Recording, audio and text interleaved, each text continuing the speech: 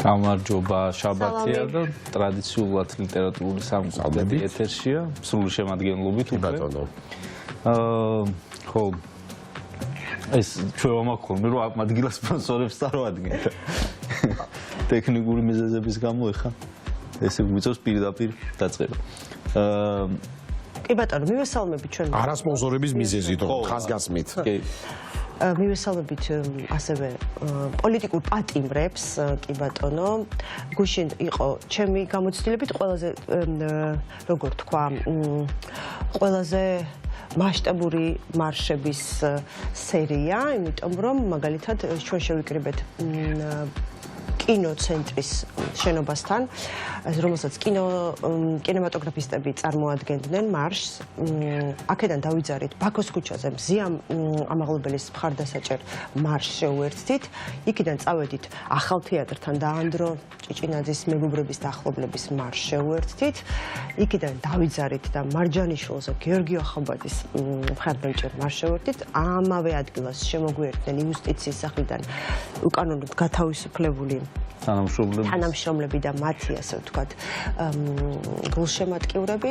წავედით, გავიარეთ მთელი სანაპირო და ავედით ბარათაშვილის ხიდზე. ბარათაშვილის ხიდზე კიდევ ერთი პატრონის ხარდასაჭერი მარში შემოგვიერთდა და იქიდან ავედით თავისუფლებიდან რუსთაველზე და ეს იყო 5 საათიდან, ფაქტიურად 5 საათი ვიყავით.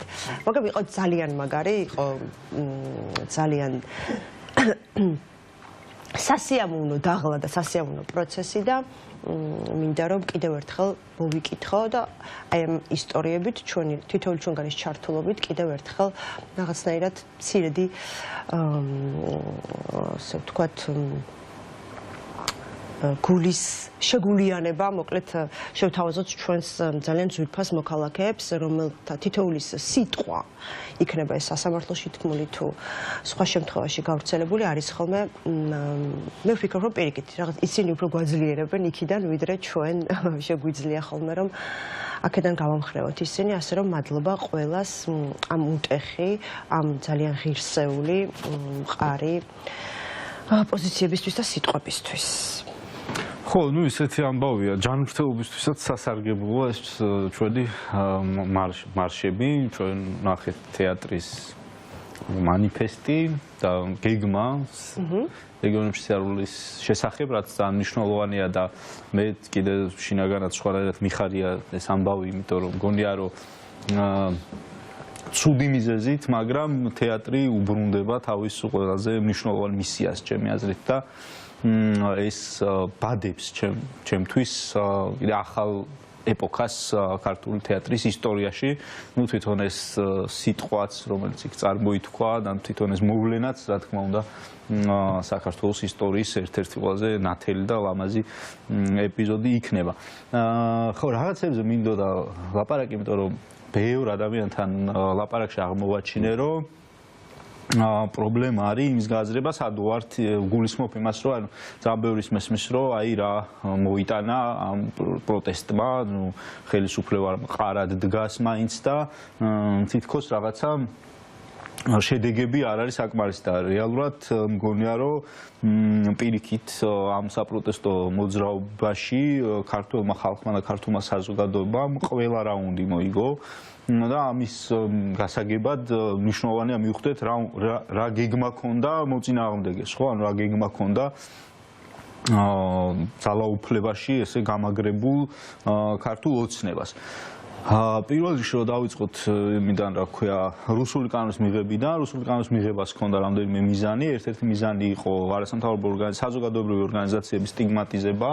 არჩევნებისთვის ამ სტიგმატიზებული არასამთავრობო ორგანიზაციების მიმართ ნდობის დაკარგვა და საზოგადოების შეშინება ისე, რომ მათთან თანამშრომლობა რიგითი ადამიანებისთვის ყოფილიყო რისკი და არჩევნებზე ასეთი მოცემულობით შესვლა. ეს არ შესრულდა, იმიტომ რომ პირიქით მოხდა, ან თუ კი რამის სტიგმატიზება მოახდინეს ამ პროცესით საკუთარი თავის და რაც მათ წარმოიდგინეს, რომ მარტივად ამ სტიგმატიზებული ორგანიზაციების ან ჯაშუშებად მონიშნული ორგანიზაციების კართან რაღაც შეურაცხყოფელი წარწერების გაკეთებით და ცალკეული აქტივისტების სახლებთან ამ წარწერების გაკეთებით ამას უნდა ჰქონდა რაღაცა ტალღური ეფექტი. ნუ ვითომ რაღაც ხალხი უნდა ამას აყოლოდა, ხო? მიიღეს პირიქით, ანუ თვითონ ვეღარ გადაადგილდებიან ქუჩაში, ისე რომ ვინმე არ მიაძახოს მოღალატე. ასეთი ადამიანი თუ არ იქნა აპარატიდან დამიძახა. ყველაფერი ამას ეუბნება, ხო? ან პირიქით უკუ შედეგი მიიღეს შეიძლება ითქვას და უნდა ითქვას ისიც, რომ ქართული საზოგადოების სასახელოდ, რომ საქართველოს ისტორიაში არასოდეს არ ყოფილა ასეთი ამდენი მოხალისე დამკვირვებელი, რამდენიც ამ არჩევნებს აკვირდებოდა. ანუ საზოგადოებრივ ორგანიზაციებთან ამდენ რიგით მოხალისეობრივად არ უთანამშრომლია არჩევნებზე და ზუსტად მარშები იქნება. და ზუსტად ამისი შედეგი არის ის, რომ ეუთოდინმა დაწერა დაფიქსირდა ეს დარღვევები საბოლოო ჯამში და ზუსტად ამის შედეგია ის, რომ დღეს ამ არჩევნების შედეგს არ აღიარებს არავინ, თვითონ ქართული ოცნების გარდა. არც ქვეყნის შიგნით, არც ქვეყნის გარეთ. ასე რომ ეს ფაზა, ასე ვთქვათ, ეს ეტაპი, ეს რაუნდი ნამდვილად არ მოუგია ქართულ ოცნებას. ეხლა ის, რომ არჩევნები უბრალოდ უტიფრად გააყალბეს და გააყალბეს რაც წარმოუდგენელი მასშტაბით, ნუ ეს მათი არჩევანი იყო, ხო, რომ ესე მოქცევა ამაში ჩვენ ხელს ვერ შევშლი. შემდეგი გეგმა რაც იყო, რომ რატო დააფორსირეს პროცესი, ხა რაღაცებს გამოვტოვებ თან, მაგრამ ყველაზე საკვანძო მომენტები, რატო დააფორსირეს პროცესი? პროცესი დააფორსირეს იმიტომ გამოვიდა 28 ნოემბერს ირაკლი კობახიძე და იმიტომ თქვა განზრახ ისეთი რამ, რაც წინასწარ იცოდა, რომ მთელი ქართული საზოგადოება აფეთქდებოდა, რომ მიზანი იყო, რომ თუ კი ვინმეში არსებობდა რაიმე ტიპის საპროტესტო განწყობა, ეს ხალხი სწრაფად გამოეყვანათ გარეთ და ის ერთი კვირა, რომელიც დაგეგმილი ჰქონდათ, გეგმაზომიერად, რომ ადამიანები აწყობილი გაზეთილი სისტემა ჰქონდათ, როგორ უნდა ეწამებინათ საჯაროდ ადამიანები, ხო? და ესეც არაერთმა ორგანიზაციამ დაადასტურა, რომ ერთ-ერთი იმეორებდა ბელარუსში გატესტილ წამების მეთოდებს, ხო? ანუ ღია წამების მეთოდებს, ამის ეფექტი უნდა ყოფილიყო, რომ საზოგადოება შეშინება. მიზანი, საბოლოო მიზანი იყო, რომ 20 იანვარს, როდესაც შევიდოდა ტრამპი ოვალურ კაბინეტში, ქართული ოცნება მას უნდა დალაპარაკებოდა ძლიერის პოზიციიდან. რაც ნიშნავდა, ანუ 20 იანვრამდე მთელი ეს საპროტესტო მუხტი უნდა ყოფილიყო გალეული, გადატეხილი, აღარავინ აღარ ყოფილიყო რეალურად ქუჩაში და მათ უნდა ეთქვათ, რომ ეს უნდა მიიღო მოცემულობა და აი ჩვენ ვართ, ამ ქვეყანას ჩვენ მართავთ, არავინ არ არის, ვინც გვეცილება და რა გინდა გითხარი და ნუ შენ რაც გინდა, ანუ ამერიკის ინტერესებს დაგიკმაყოფილებთ, მაგრამ ჩვენ როგორც სამუდამო მმართველი ძალა, როგორც იღებ აზერბაიჯანს, აზერბაიჯანში თქვათ ალიევის მმართველობას და არ გაქვს იქ რამე სხვა ტიპის მოთხოვნა, ესე უნდა მიიღო ჩვენ. არა ეს იყო საბოლოო მიზანი და ამ საფეხურებში ვთქვათ რა, ეს იყო ერთ-ერთი საფეხური, რომ ქართულ ხალხს უნდა შეშინებოდა წამების, დაჭერის, ცემის და ასე შემდეგ და ეს ფორსირებულად ნახეთ 6 დეკემბრამდე. ეხლა 6 დეკემბერს რა იყო გეგმაში? 6 დეკემბრამდე ეს პროტესტი უნდა გალეულიყო იმდენად, რომ 6 დეკემბერს უნდა აერჩიათ თარიღი იმედი არ მეშლება. ახალი პრეზიდენტი მიხეილ ყაველაშვილი მის ეგრეთ წოდებულ არჩევას უნდა მოეხდინა ამ მუხტის კიდევ უფრო დაქვეითება და ჩვენ ვნახეთ მაგ დღეს, ორი დღით ადრე სუსმა როგორ გააკეთა განცხადება, თითქოს იგეგმებოდა რაღაცა პროვოკაციული პოლიტიკური მკვლელობა, რომ რაც შეიძლება ნაკლები ხალხი მისულიყო ნაძვისხესთან. ნაძვისხე რატო იყო საკვანძო მომენტი? ან ნაძვისხე იმ საღამოს უნდა გათამაშებულიყო ეგეთი სცენა, ვინაიდან უკვე შეშინებული უნდა ყოფილიყო ხალხი, იქ უნდა მოსულიყო ძალიან ცოტა ხალხი, აქედან უნდა მოეყვანათ ადმინისტრაციული რესურსი, ტერიტორია უნდა გაეწმინათ. და მე საზეიმო თანთოთ ნაძვისხე რაც საბოლოოდ მოკლავდა ყველანაირ მუხტს. და ეს ნახეთ რომ არ მოხდა, ანუ პირიქით მოხდა, მათ ეს გეგმა ვერ შეასრულებს, პროტესტი არ ჩაცხრა და 29 დეკემბერი რატო იყო მე აღებული მის თარიღად, რა ქვია, ინაუგურაციის თარიღად, რომ ეს საბოლოო ჯამში აი ამ 6 დეკემბერს ამას თუ იზავდნენ, ეს პროტესტი კიდევ უფრო გადატყდებოდა და 29 ნოემბრამდე აი რაც მორჩებოდა კიდე ქუჩაში ვიღაცეები, ამათაც ან დაიჭერენ, ან გალახავდნენ, ან სხვანაირად გამოთიშავდნენ და 29 ნოემბერს ზარზეიმით უნდა აერჩიათ მიხეილ ყაველაშვილი. და ეს უნდა აერჩიათ ინაუგურაცია ჩაედა, საბოლოოდ ამას უნდა დაემთავრებინა პროტესტი. ანუ მე ახალი წელი მოდიოდა, ახალ წელს წყნარად ჩაივლიდა ყველაფერი, ახალ წელს რომ გამოვიდოდით ქუჩაში, პროტესტი აღარ უნდა ეარსებდეს. ანუ ეს იყო გეგმა. და ყველა ამ საკვანძო რაუნდში ისინი დამარცხდნენ. ასე რომ კითხვას რო ვსვავთ დღეს რომ რა შედეგები მოიტანა ამან, უნდა გვესმოდეს, რომ ყველა ბრძოლა მოვიგე, ყველა რაუნდი მოვიგეთ. არასოდეს ქართული ოცნება ასეთი სუსტი, როგორიც დღეს არის, არასოდეს არ ყოფილა. ეს გამოგჩა აბუდაბის ეპიზოდი. ნუ გაუთვალისწინებელი მოვლენები, რაც ცხოვრებას ახასიათებს. მაგრამ თუ გვინდა რომ გავტესტოთ, რამდენად დასუსტებულები არიან, უნდა გვესმოდეს, რამდენად ვერ იხევენ უკან. ანუ უკან ლავირების შესაძლებლობა რომ აღარ გაქვს, ყველაზე სუსტი ხარ მანდ. იმიტომ ძალა არ ნიშნავს მაგას, რომ ის რა ქვია, სირიაში ის კაცი რა ქვია. ბაშარ ალ-ასადი.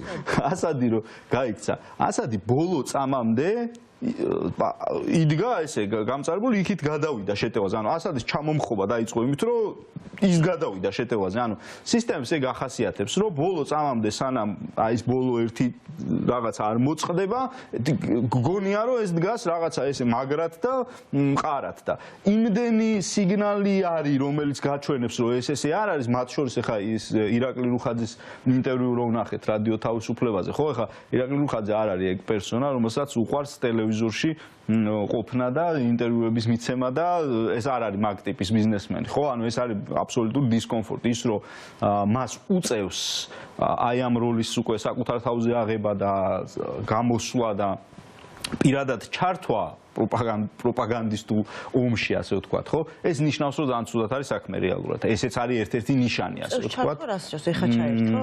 არა, ეხა არ ჩაერთო, მაგრამ მისი პირადად უწევს უკვე, ხო? ანუ პირადი ჩართულობა უწევს. ხა ეს კაცი იმედს ფლობს, წლებია იმეს გვინახავს, ოდესმე. არა, რესპექტაბელურ მედიაში უნდა გამოჩენა, რომ სიგნალები გაეგზავნა, ვთქვათ, ბრიტანელებისათვის, ამერიკელებისათვის, ისედაც აქ მცდელობები, რომელსაც შეიძლება ახლა საჯაროდ არ ღირდეს ამაზე საუბარი, იმიტომ რომ ბუნებრივია შიშიც აქ და სისტემაც ეს ნიშნავს რომ პროპაგანდისტია, გაავრცელა თავისი პროპაგანდული გზავნილები, პროპაგანდისტული, ამიტომაც იყო წუხილი. საზოგადოების ნაწილში რომ აღმოჩნდა, რომ პროპაგანდისტი შესაძლოა ეფექტური ყოფილიყო. და ამიტომაც გაბრაზდა ხალხი, რომ რატომ ვაძლევთ საშუალებას პროპაგანდისტს რომ იყოს ეფექტური და ეფექტურად ავრცელოს მზაკვრული მესიჯები, იმიტომ რომ ეს არის მზაკვრული პროპაგანდისტი, როგორც ვლადიმერ პოზნერი მაგალითად, ხო, რომელიც არ არის სალავიოვი ან მარგო სიმონიანი ან ზარქუა ეს აბუდაბის გმირი და ასე შემდეგ. ხო, ანუ არაბრტყელი პროპაგანდა. ხო, ანუ რომ ცოტა დაგაფიქროს, კაცო, ცოტა მართალი ხომ არ არის ეს კაცი. ნუ არგუმენტები, ამიტომ ძალიან საშიშია. ძალიან საშიშია ასეთი პროპაგანდისტი. საშიში რა, ყოველ შემთხვევაში უნდა ვიცოდეთ, რომ პროპაგანდასთან გვაქვს საქმე. ყველაფერი იყო თქმული მისგან ქართული ოცნების პროპაგანდისტული გზავნილების შესაბამისად. ოდიში რატომაც ჩაგეჭერი? არა, მშვენიერ ჩართვა უბრალოდ მე მის თქმა რომ ეს სიგნალები არ ნიშნავს არანაირად იმას, რომ სისტემა მყარად დგას და კარგად არის. ანუ პირიქით, ბევრ ნიშნულს ხედავთ ისეც, რომელიც მიუთითებს იმაზე, რომ სისტემა სერიოზული პრობლემების წინაშე დგას. მათ შორის მზია ამაღლობელის პატიმრობაც არის სიმპტომატური. ეგ არ არის ძალის პოზიციიდან თამაში, ასე ვთქვათ და ეგ არ არის მასე არ იქცევიან ძლიერები. ანუ ლოგიკა რა არის? ხო, ჩვენ ამაზე ხშირად ავტორიტარიზმის ლოგიკა არასდროს არ არის, მისი დინამიკა არ არის შემსუბუქებისკენ. მისი დინამიკა გულისხმობს დამძიმებისკენ სვლას. ამიტომ მზია ამაღლობლის დაჭერა, ეს ჯარიმები, რომლებიც ახლა უკვე კიდე დამატებითი ახალი ფორმა არის წნეხი რეჟიმისგან საზოგადოებას. იმიტომ რომ როდესაც 5000 ლარიანი ჯარიმები, როდესაც ერთსა და იმავე ადამიანს უკვე სამჯერ აჯარიმებენ, ეს ძალიან სერიოზული პრობლემაა. არსებობს თქვათ ნანუკას ფონდი, ხო, რაღაცა ფონდები არის, ასე ვთქვათ, სხვაც, რომელიც ეს თლაც კარგად არ მესმის, როგორ ფუნქციონირებენ ის ფონდები, მაგრამ ნუ ნანუკას ფონდი ცალსახად ვიცით, როგორც ფუნქციონირებს და ნანუკას ჯოჟოლი მუდმივად ამას, ვთქვათ, საჯარო არის მისი, ასე ვთქვათ, ხსნის, როგორ მუშაობს ეს და შემდეგ.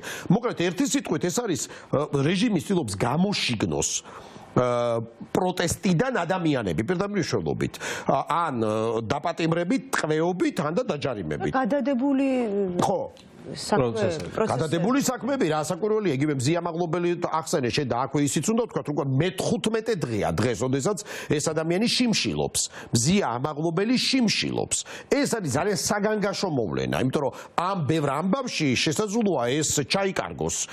ცალსახად სახელმწიფო შიმშილობის ამბავი, შიმშილობის, იმიტომ რომ ეს პროტესტის ფორმაა, ძალიან სახიფათო ფორმაა პროტესტის, ჩვენ გვინახავს ვთქვათ მოშიმშილი ადამიანებს რა ემართება და როგორ ემართება, ვინმეს მოსწონს თუ არ მოსწონს. ჩვენ ვნახეთ სააკაშვილის შიმშილობის ეპიზოდი, ჩვენ ვნახეთ ელენე ხოშტარიას შიმშილობა, როგორი ძალიან მძიმე არის, ადამიანი ვერ უძლებს ამას და მზია ამაღლობელი, რომელიც ახლა მე-15 დღეა. ალბათ საზოგადოებამ კიდევ ერთხელ კაფეოთ უნდა მოითხოვოს. ერთი საინტერესოა ექიმებმა ნახონ ეს ადამიანი. ომბუდსმენს რო რაღაცა მიმართოთ, უკვე ეს არის ხმად მღაღადებლისა უდაბნო საშენა. გინდ მიგიმართავს, გინდ არ მიგიმართავს, ხო? რომ ექიმებმა ამბავი გამოიტანონ, როგორ მდგომარეობაშია დღეს მზია ამაღლობელი. მე-15 დღეა. მე-15 დღეა მზია ამაღლობელი უკანონო ტყვეობაში მყოფი ივანიშვილის, რომელზედაც ლაპარაკობს მთელი მსოფლიო შიმშილობს. ეს არის ძალიან საშიში რამ, საგანგაშო რამ და ვითომ არაფერზე არ რეაგირებს სისტემა. პირიქით, რომ იკეტება, იკუმშება, ორიენტირებულია დაზიანებაზე, ორიენტირებულია დასახეჭრებაზე. არავინ კარგად არ არის ახლა. ჩვენ უბრალოდ ლელა ცესკარეშვილი აქ უყვავდა სტუმრად, ძალიან კარგად ახსნა ეს ფენომენი, ჩვენი შინაგანი მდგომარეობა. ანუ ბევრი გვსაყვედურობს, ხო, რომ არ შეიძლება ესე დიფერენციაცია ჩვენ და ისინი, მაგრამ ნუ ასე გამოდის.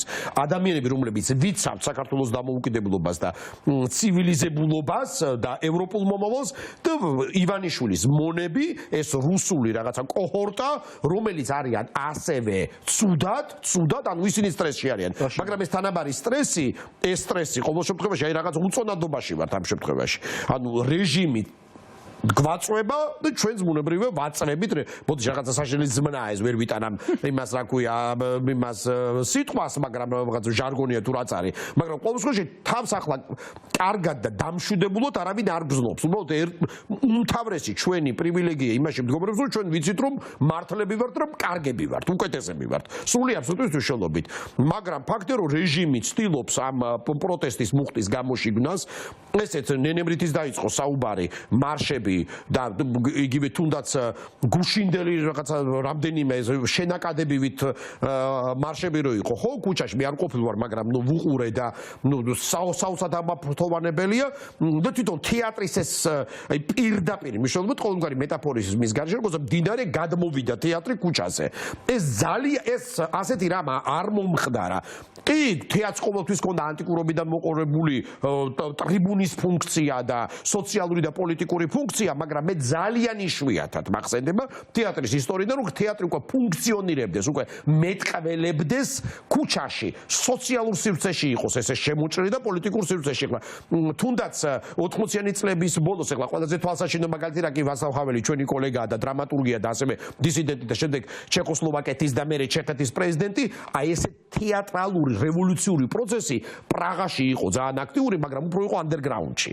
ნუ უფრო იყო ისეთი სარდაფ თეატრებში, ხო? და სარდაფული ტიპის. ან თუნდაც რამდენიმე წლის წინ თეატრი იყო ძალიან პოლიტიკურად მნიშვნელოვანი, ნოტრაკი თეატრზე ვლაპარაკობ, გამახსენდა პოლონეთში. გახსოვთ, აქაც ჩვენ ყვებოდით ამ ამბავს, იმაში პოლონეთში ვიყავი. და თავაძესთან ერთად ბიდგოში, რომელიც ძალიან ისეთი აქტიური პოლიტიკურ თეატრალური ქალაქია, მაგრამ გასულთვაში ვყვებოდი ამბავს, ანუ კაჩინსკის მაშინდელი ხელისუფლების, რომელიც უაღრესად კონსერვატიული ხელისუფლება იყო და რეაქციული და უაღრესად პოპულისტური, რომელიც პოლონურმა დემოკრატიამ რაღაც იშვიათობა მოხდა, მაგრამ დაჯამნა და დაამარცხა, მაგრამ მაშინაც იყო პრობლემა, როდესაც კულტურის მინისტრმა დაიწყო აკრძალვა ვარშავაში, ვარშავის თეატრებში დადგმული სპექტაკლების, რომლებიც ცალსახად ოპოზიციური იყო და რა კი ვარშავას ყავდა ოპოზიციონერი მერი, ეს ქალაქები ემორჩილებოდნენ, ანუ ქალაქის მუნიციპალიტეტის ნაწილი იყო ეს თეატრები და ვარშავის მერი იცავდა, ბუნებრივია არაფერს არ გადავხურებთ, რომ ეს უბრალოდ იქ პრივილეგია პოლონეთის დემოკრატიის ის იყო, რომ ქალაქებს ყავდათ ოპოზიციონერი მერები არჩეული. ამიტომ კაჩინსკის პრემიერს, რა ქვია, საკულტურის მიზნად ვერაფერი ვერ გაახერხა. დემოკრატია დემოკრატიის ფუნქცია ხო? არ იყავი და და მაგდა ნოვაკოვსკა იყო. ხო, მაგდა იყო სწორად, ხო ვიცი. განვიხილავდით ამ ამბებს და პოლონეთი თავის სირთულით და მე დავისვიკითხე აი რა არის ის რაც აზღვევს. ამ დააზღვია, ხო ეს პროცესები ძალიან რთული და ძალიან მარტივი რაღაც თქვა და რეალურად ხო ასეთ სიმარტივეზეა დემოკრატიულმა არჩევნებმა. დემოკრატიულმა არჩევნებმა რაღაც ელემენტარულზეა საუბარი, ხო, არა? ხო, არჩევნები. ეს არჩევნები ძალიან სერიოზული პრობლემაა მათ შორის დემოკრატიის და ამაზე თქვით მე ვისაუბროთ, იმიტომ რომ ეხლა ხმები დადის, ხო, სპეკულაციები რომ შეიძლება ივანიშვილმა დანიშნოს არჩევნები მოულოდნელად. ჩვენ უნდა გვესმოდეს ეხლა რომ ქართულმა საზოგადოებამ შექმნა ძალიან დიდი პროცესი, საპროტესტო პროცესი. მე ვიტყოდი რომ ეს არის რევოლუციური პროცესი და ალბათ თქვენს დამეთანხმებით. ეს არის ეშინიათ რატომღაც ამ ტერმინის რევოლუცია გულისხმობს ცვლილებებს, ეს არის პროცესი რომელიც ერთი მხრივ ამ სიტყვას იყენებენ როგორც არგუმენტს ჩვენს წინააღმდეგ. ამბოხება და გადატრიალება არის. ხო, არა, ეს არის რევოლუციური პროცესი, რომელიც გულისხმობს სწორედ მენტალიტეტის, საზოგადოებრივი თუ პოლიტიკური ჩაკირული, ჩამპალი სისტემების ტრანსფორმაციას და განახლებას. აპოლიტიკური ადამიანები, რომლებიც წლებისა და წლების განმავლობაში იყვნენ თავიანთი საქმებით დაკავებულები, არ მოწონდა და არ ესიმპათიურებოდათ პოლიტიკური პარტიები თუ პოლიტიკური ლიდერები, ახლა ასეთი აპოლიტიკური ადამიანებიც, მაგალითად როგორებიც შეიძლება იყვნენ თეატრალები, ამ საქმეები, ჩართულები არიან პირდაპირ და სიცხეშიც ხედან, ხო? ძალიან კარგად გასცა პასუხი ამ ყველაფერს. ხო, რა რა თქვა? ტრენინგი არ სჭირდება სამშობლოს იყვანოს. არჩენ თავისთავად ინსტინქტია, მაგრამ აღმოჩნდა რომ ეხლა გასაგები გახდა ბევრისთვის თუ რა არის, მაგრამ მურუსიძის კლანის ფენომენი, რომელიც სადღაც შორს იყო და ამიტომ ფართო საზოგადოება, რომელიც ეხლა უკვე ჩართული და ჩაერთვება, ჩართული პირდაპირ ანდრულ ჭეჭინაძე და სხვები ტყვეობაში არიან, პატიმრობაში კი არა, ივანიშვილის ტყვეობაში არიან, პატრიოტები არიან ტყვეობაში.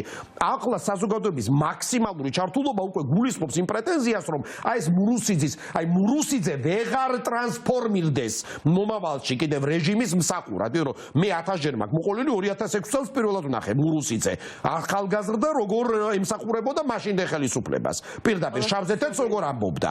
ამიტომ აი ეხლა რომ კიდე ტრანსფორმაციები და მეტამორფოზები ვეღარ მოახერხო ზოგი ერთება და რაც სავსებით შესაძლებელია. სავსებით შესაძლებელი თუ კი ფართო საზოგადოება არ იქნება ჩართული და იქნება ჩართული, იმიტომ რომ ხა საზოგადოება იღებს თავის თავში, თავის ხელებში იღებს, ასე ვთქვათ, პრეტენზიას რომ რეალურად შეცვალოს რაღაცეები. მაგრამ თუ კი არჩევნები დაინიშნება, მე ნამდვილად უკვე დამეწყო შპოთით და დარწმუნებული ვარ, საზოგადოების ბევრ წარმომადგენელს ეს შპოთია კაიკტორ ეს შპოთმაც ვიცი მე. ხომ ნენე აკონტროლებს თავის თავს, როგორც გამოცდილი მედიტანტი. მაგრამ ყოველ შემთხვევაში რო დაინიშნოს პოლიტიკურ პარტიებს ეხლა უკიდურესი კრიზისი ჩემი აზრით.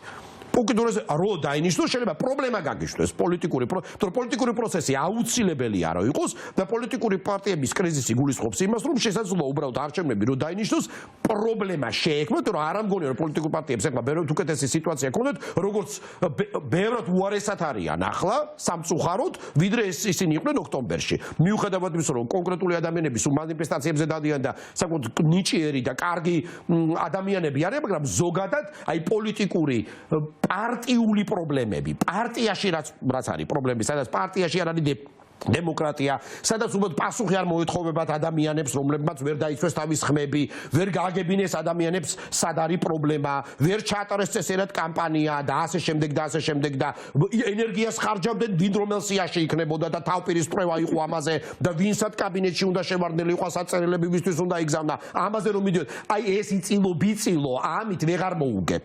არჩევნები რო ჩაინიშნოს, არ მაშინ ეს ხალხი უნდა წავიდეს და მართლა სხვა ხალხს უნდა დაუთმოს ასპარეზი. აი ეს ძველი ბობოლები უნდა წავიდნენ თუ ძველია თუ ახალი არ ვიცი ამაზე შეიძლება მე დეტალურად ვისაუბროთ ალბათ როგორც საჭიროა რომ საზოგადოებამ ჩვენ რაღაცებს არ ვამბობთ მიზესთა გამო განამიტომ არ ვამბობთ რომ ეს რაღაც საიდუმლო უბრალოდ რამდენად ჩვენ მუდმივად იმაზე ვფიქრობთ რომ ჩვენ არ ვიქცეთ ობიექტები პროპაგანდის რომ პროპაგანდა ეს იმგვარად წლების უეფექტურესია პროპაგანდა და ეს არ ამზადა რუხაძის სახით რომელიც ერთ-ერთი მთავარი შემოქმედია პროპაგანდის იმიტომ რომ იმედი არის უმთავრესი ინსტრუმენტი რუსული გავლენების და ესე მისი მზაკრობა ყველაზე მთავარი პრობლემა სწორედაც ჩვენი ერთგვარი თვითცენზურაც განპირობებულია იმით რომ ჩვენ ვცდილობთ რომ ნაკლებად კრიტიკულები ვიყოთ იმ სუბიექტების მიმართ, რომელთა ჩვენ ხმას ვაძლევთ. სწორედ იმიტომ რომ პროპაგანდის ობიექტები არ ზუსტად ეგ არის, ანუ ნახე, ძალიან მთავარი შეცდომა და მაგალითად ამას ხშირად ვამბობ. არა, როგორ ჩასვა დაიწყოს ამაზე საუბარი. ხშირად ვამბობ ხოლმე, რომ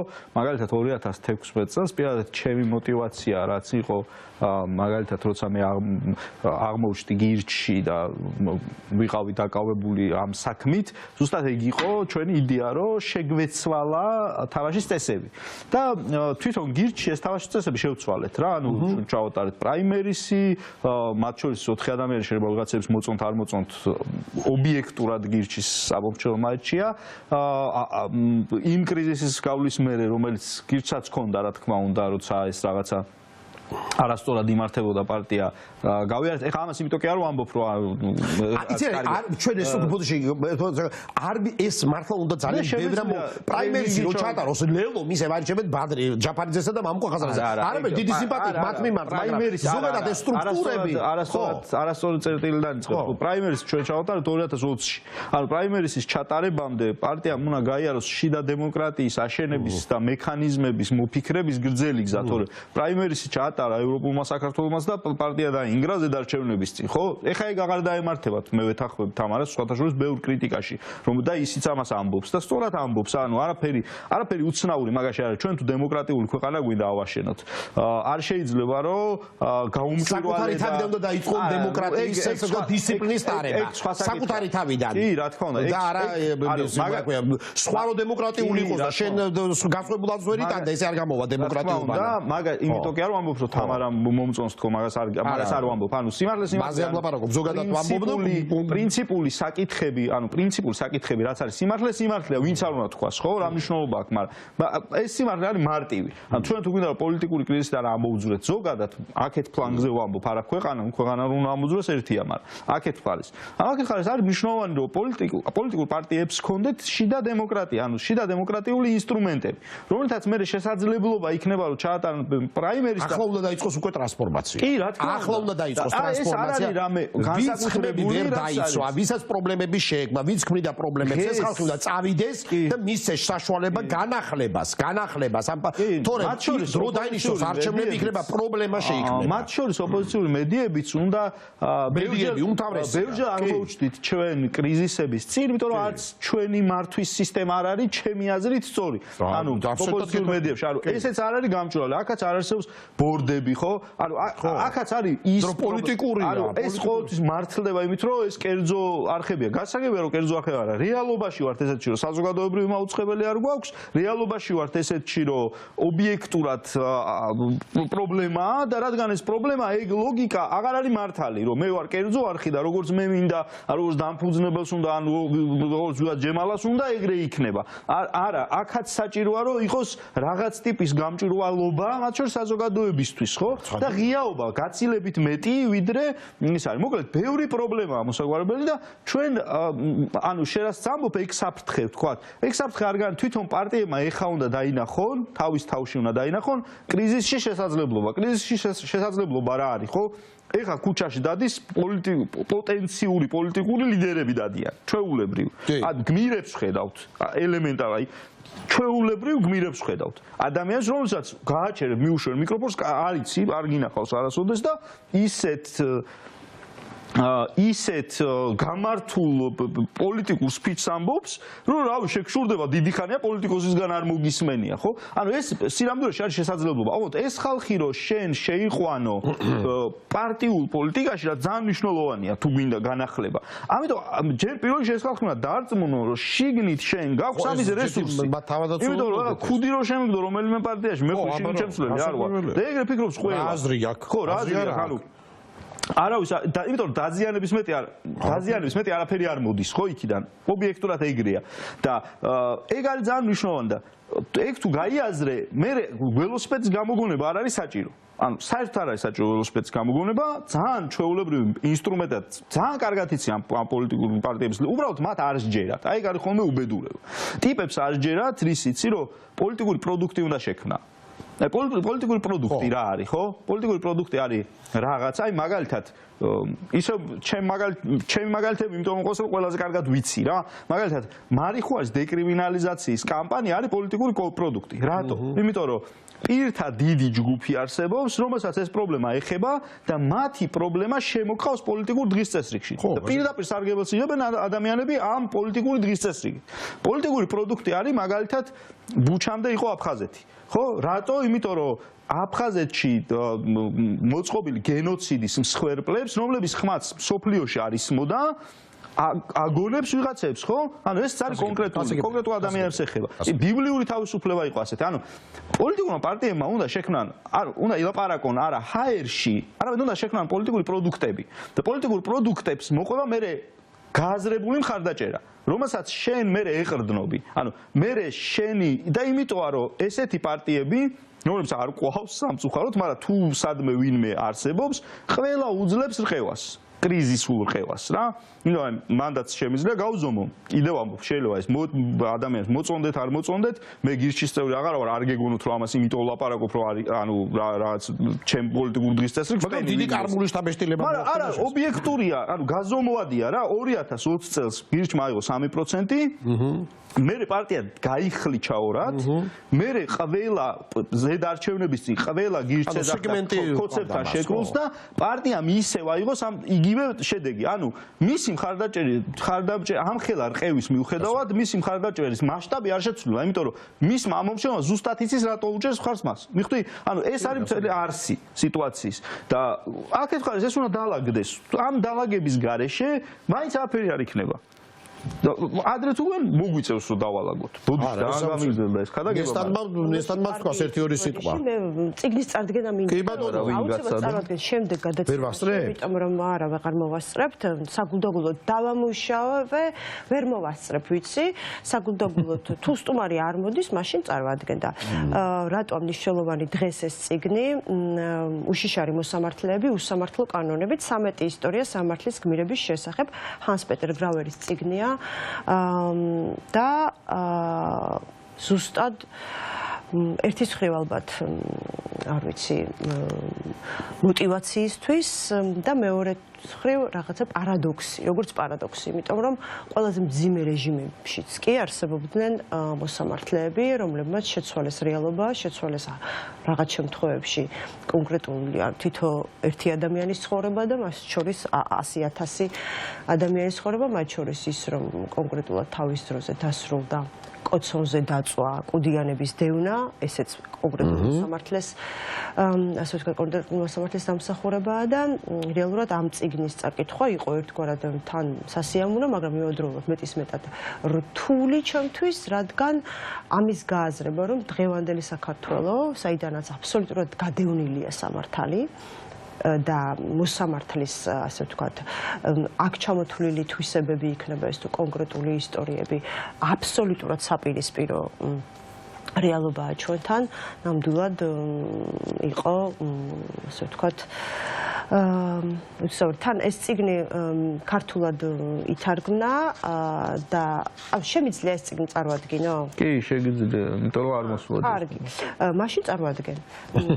9 დეკემბერს იყო ამ წიგნის პრეზენტაცია დაგეგმილი და ესე იგი თვითონ წიგნი გამოცემულია დემოკრატიის ინდექსის მკვლელოს და დამოუკიდებელი იურისტების ჯგუფის მიერ, ასევე ქართულ-ნორვეგიული კანონის უზენაესობის ასოციაციის მიერ. ნატო ჯუმხაძე გახლავთ ინგლისურიდან თარგმნელი ამ წიგნის. მე ვერ დავესწარი წიგნის პრეზენტაციას და პანელ დისკუსიას, ძალიან მნიშვნელოვანი პანელ დისკუსია იყო ასევე და იქ გავგზავნე წერილი. თვითონ USAID მასპინძლობდა ამ ღონისძიებას. ესე იგი, აქ თავმოყრილი ისტორიები, როგორც გითხარით, განსაკუთრებით გარდამავალ დროში, ხო? და ავტორიტარიზმის ზეიმის ჟამს არის ძალიან მნიშვნელოვანი, იმიტომ რომ აქ დეტალურად არის განხილული მოსამართლის ფუნქცია და ამ ფუნქციებს უმყარებს ზურგს ბუნებრივია კონკრეტული ამბები. 13 გმირის ამბავი არის და ეს ისტორიები იწყება, რა ვიცი, მე-17 საუკუნიდან და მთავრდება მარგარეტ ეტუდის, თქვათ, უკვე შეთხზული, ასე ვთქვათ, ნაწარმოებით. აქ ასევე მინდოდა აღმენიშნა ის ფაქტი, რომ ანუ მხატვრული ტექსტებია? ეს არის ავტორის მიერ, რომელიც სპეციალისტი გახლავთ ამ, ასე ვთქვათ, მკვლევარი, არის 13 ისტორია სხვადასხვა ეპოქიდან აღებული გმირების შესახებ. აქ მნიშვნელოვანი ზუსტად ეს არის, რომ რეჟიმები, რომლებიც წარმოდგენილია, რამდენად დიდი სიმამაცე ჰქონდათ ამ ადამიანებს, კონკრეტულ ადამიანებს იმისთვის, რომ ხმა აღემაღლებათ, ჩვენ ვსაუბრობთ რეალურად ერთ შემთხვევაში ნაცისტურ გერმანიაზე, ვსაუბრობთ ამჟამინდელ თუნდაც გვატემალაზე, ამიტომ აქ ძალიან დიდი მნიშვნელობა აქვს. და სწორედ აი მაგალითად 1900 ეგეთი ამბავს იხსენებს, რომ 1945 წელს ნაცისტური გერმანიის დაცემის შემდეგ იურისტებს და პოლიტიკოსებს შორისო დებატები გაიმართა. ეს იყო ძალიან მწვავე დებატები, რომ როგორ შეიძლება და უნდა გარკვეული იყოს თი რამ, როგორ შეიძლება და იმის დაშოვა, რომ ამაყი გერმანული სასამართლო სისტემა ნაცისტების მორჩილ მსახურად იქცა. და ერთ-ერთი ახსნა, ეს წერს ავტორი, რომელიც არ იქნა უარყოფილი, იყო ის, რომ იურისტებს და მოსამართლეებს არ გააჩნდათ გმირობის ტრადიცია ან სურვილი. რაც განსხვავებით სხვა პროფესიებისგან იქნება ეს მეხანძრე, თუნდაც პოლიციელი, საინტერესოა. კაპიტანი, ხო? არის, ხო, რა იცის? მეხანძრე იცის თავის პროფესიის არჩევის პირველი დღიდან იცის, რომ მან სიცოცხლეც უნდა გაიღოს, რომ გადაარჩინოს ვიღაც, ისე როგორც გემის კაპიტანმა ბოლოს უნდა დატოვოს გემი. და რომ ეს ტრადიცია არ არსებობდა, ხო? მე ძალიან მინდოდა რომ ეს ხაზიც მე გაგვეშალა რაღაცნაირად და შეიძლება სხვა გადაცემის თემაც იყოს. ბოდიში გახსოვს ზოს ამაზე თომას ბეხარდი რა წერს? იმიტომ რომ ის იურისტები და ის მოსამართლეების ნაცისტები იყვნენ. ნაცისტები იყვნენ. საკუთარ თავს ხوار დაჟიდნენ. მარტივად უპასო. ხო, კი. ხან არენტის ირონიანარევი ასე ვთქვათ რეპლიკაც რომ როგორ აღმოჩნდა რომ 80 მილიონი გერმანელი ანტიფაშისტი ყოფილა. უცბად აღმოჩნდა 45 წლის შემდეგ. რომ 80 მილიონი გერმანელი თორმე ანტინაცისტია და ცხადია იყვნენ ანტიფაშისტები გერმანელებმა დიდი გმირობა გაიღეს ამ კუთხით ანტიჰიტლერული, მაგრამ ეს კაზუსია, ხო? ხო, ბუნებრივია, მაგრამ მე ის თქმა მინდა რომ რეალურად ძალიან ჭირდება ხოლმე და სწორედ არაერთხელ გავიხსენე ალექსიევიჩის ის სიტყვები, როდესაც განსხვავებაზე ლაპარაკობს საქართველოსა და ბელორუსზე, რომ ჩვენ ეს გამოცდილება არ ქონია, რაც მათ აქვთ და ეს მაგალითები, რომელიც გვაქვს, ოღონდ მე ვფიქრობ, არ მხოლოდ უკვე არ მხოლოდ წარსულში, დღეს უკვე ყოველდღიურად ისეთი მაგალითები გვეძლება, რომ მე ვფიქრობ, რომ ჩემ შვილს რო ექნება გასახსენებლად ეგეთი რაღაც, რომ აი იმ მოვლენების დროს უკანონოდ რო დააკავეს ის ბიჭი, სახელებს ამბები რჩება, ხო? მაგის მეგობარი იჯდა 10 დღე გარეთ, ხო? ეს ტრადიციები, ეს არის რაღაცა, რასაც საბოლოო ჯამში საყრდენ წერტილად მოვიაზრებ და ამას დაეყრდნობა შემდეგ გამოცდილება და რა თქმა უნდა, ბევრად უფრო თავდაჯერებული გადიხარ რაღაც იმიტომ რომ ჩვენ რო რაღაც მარომაყაშვილს ვიხსენებთ და ასე შემდეგ და ასე შემდეგ, ეს არის რაც გვაძლიერებს და ამ შემთხვევაში ამ კონკრეტულ ციკლში ეს 13 ისტორია ზუსტად ეს არის რომ ეხლა თქვენ წარმოიდგინეთ რომ არ ვიცი რამდენი 1000 ადამიანი კუდიანობაში ეჭვმიტანილი იყო ხოლმე ისა რა ქვია ცეცხლზე პირდაპირ ცეცხლზე დამწვარი ხო და არიან კონკრეტული ადამიანები კონკრეტული მოსამართლის ხელში იყო ის რომ დაემთავრებინა ეს ასე ვთქვათ პრაქტიკა ხო შონენბული იქნება ეს სხვა შემთხვევაში ხა კიდე აქეთ რო წამოვიდეთ მაგალითად გვატემალას ამბავი არის მე ვფიქრობ ძალიან მნიშვნელოვანი იმიტომ რომ რეალურად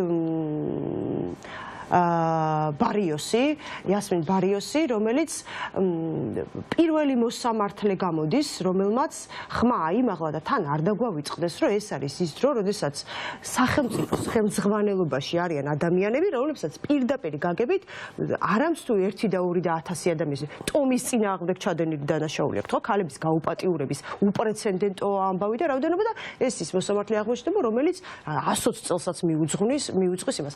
მაგალითად, დღევანდელი და ესეც აქ მივდივართ ეს თან იმ ქვეყანებში ხდება სადაც იმ ქვეყანაში ამ შემთხვევაში სადაც პრაქტიკაც კი და გამოცდილება და ტრადიცია არ არსებობს ამისი ხო ჩვენ ამ ჩვენს რთულ პერიოდში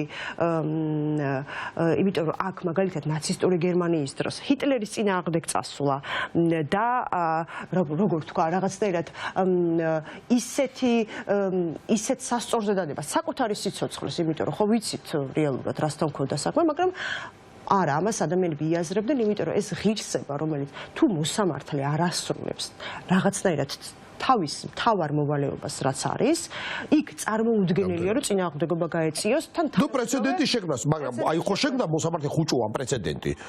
გაყალბებული არჩევნების წარმოაჩინა. რამხელა ძალა მოგცა მთელ საზოგადოებას და რამხელა პატივი და ღირსება დაანახა რომ მოსამართლე შეიძლება კონდეს, იმიტომ რომ ექსპერიმენტი ჩაატარა ყოველგვარი პოლიტიკური ასე ვთქვათ კონოტაციის და ასე ვთქვათ მისი დამოკიდებულების მიღმა იყო ეს, ხო?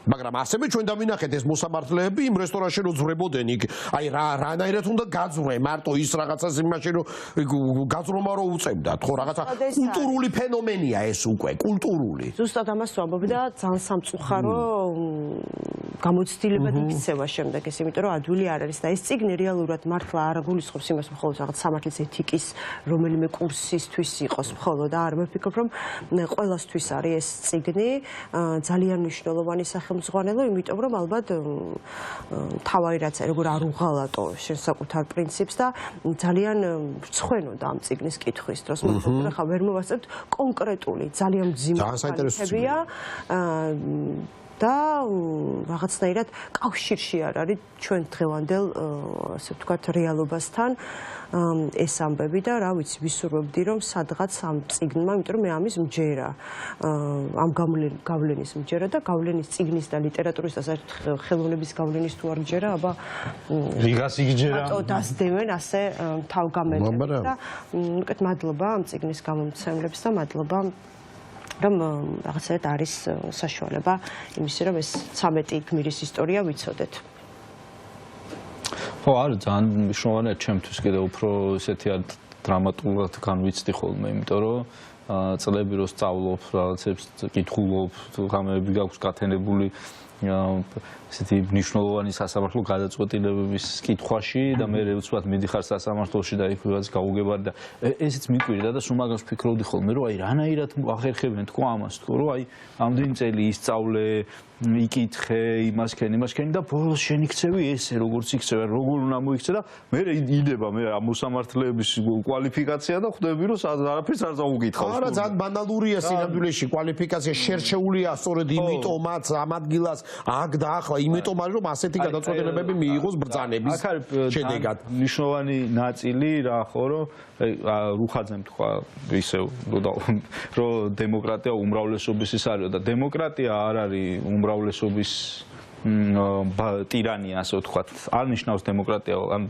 თანამედროვე ლიბერალური დემოკრატია გულისხმობს, რომ ძალაუფლება შეზღუდულია ადამიანის უფლებებით, რომელიც განმტკიცებულია კონსტიტუციით და ამის გარანტი ხდება მოსამართლე. ზუსტად, ანუ ეს სისტემა ესე მუშაობს, რომ რანაირი უმრავლესობაც არ უნდა მიიღო, შენი ძალაუფლება არის შეზღუდული ხელისუფლების დანაწილების პრინციპით და კონსტიტუციით. და ეს კლასიკური მაგალითი ვნახეთ ეხლა ხო ტრამპ როდესაც მიიღო რეზოლუცია რომ ამერიკაში დაბადებული ბავშვები ავტომატურად ვეღარ მიიღებენ ამერიკის მოქალაქეობასო, უცბად მოსამართლემ თქვა რომ ეს ეწინააღმდეგება კონსტიტუციას და ეს არის ზუსტად სამართლის არსი და ჩვენ ვნახეთ საკონსტიტუციო სასამართლო რომელსაც მივიდა მთელი ერი და თხოვეთ რომ ებჯო რაღაც გითხარი რომ როგორ მოხდა არჩევნები და საკონსტიტუციო სასამართლომ პილატესავით გადაიბანა ხელები.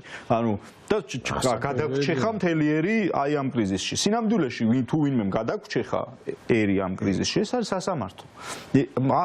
პოლიტიკური კრიზისები შეიძლება შეიქმნას ამ მასშტაბის პოლიტიკური კრიზისები, რომელსაც შეიძლება მოყვეს შედეგად რაღაც რთული ეკონომიკური კრიზისი და ანუ გაღრმავება, ხო? ესეთი რაღაცები ხდება ძირითადად იმ ქვეყნებში, სადაც გადამზღვევი არ არსებობს სასამართლოს.